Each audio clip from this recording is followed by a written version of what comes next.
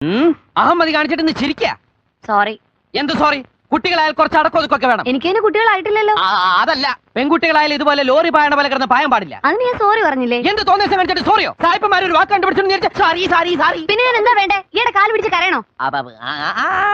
അത് ശരി. ആരാ ഇവിടെ സിമ്പിൾ അടിച്ച് കഥാപ്രസംഗം ഉണ്ടോ? സിമ്പിളൊന്നുമല്ല, തലലിശയിൽ പത്രം വീണതാ. മണ്ട അലങ്കരിക്കാൻ പോയപ്പോ. മണ്ടയല്ല, മണ്ഡപം മണ്ഡപം.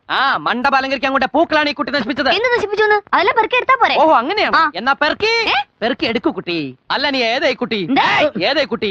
ഈ കുട്ടി ഇവിടത്തെ കുട്ടി, ഗൗരി കുട്ടി, കല്യാണ പെണ്ണേളായ കുട്ടി. ഓഹോ, കണ്ട മൂത്തതാ. കല്യാണ പെണ്ണാവാതിരുന്ന ഭാഗ്യം, അല്ലെങ്കിൽ കിട്ടുന്നവൻ പണ്ടാറടങ്ങി പോയനെ. വേഗം പെറുക്കി എടുത്തോണ്ട് വാ കുട്ടി. ഇയാൾ ആരാ? അയ്യോ, എല്ലാം മനസ്സിലായില്ലേ? ഞാൻ ഇവിടുത്തെ കാര്യസ്ഥൻ UPP മേനോ. അതല്ല, അയാൾ ആരാ? അതല്ലേ കല്യാണരാമൻ. സദ്യവട്ടങ്ങൾ ഒരുക്കാൻ ഇവരെ കഴിഞ്ഞിട്ടേ നാട്ടിൽ വേറെ ആളുള്ളൂ. അത്രയ്ക്ക് കേമമാ അവരുടെ സദ്യ. തിരുവിതാംകൂർ മഹാരാജാവിന്റെ കയ്യിൽ നിന്ന് പുട്ടിൻകടലയും അല്ല പട്ടുമ്പളയും വാങ്ങിച്ചിട്ടുള്ള കുടുംബക്കാരവര്, അറിയാവോ? അപ്പൊ പാചകത്തിന് വന്നിരിക്കുന്ന ആളാ? അതെ.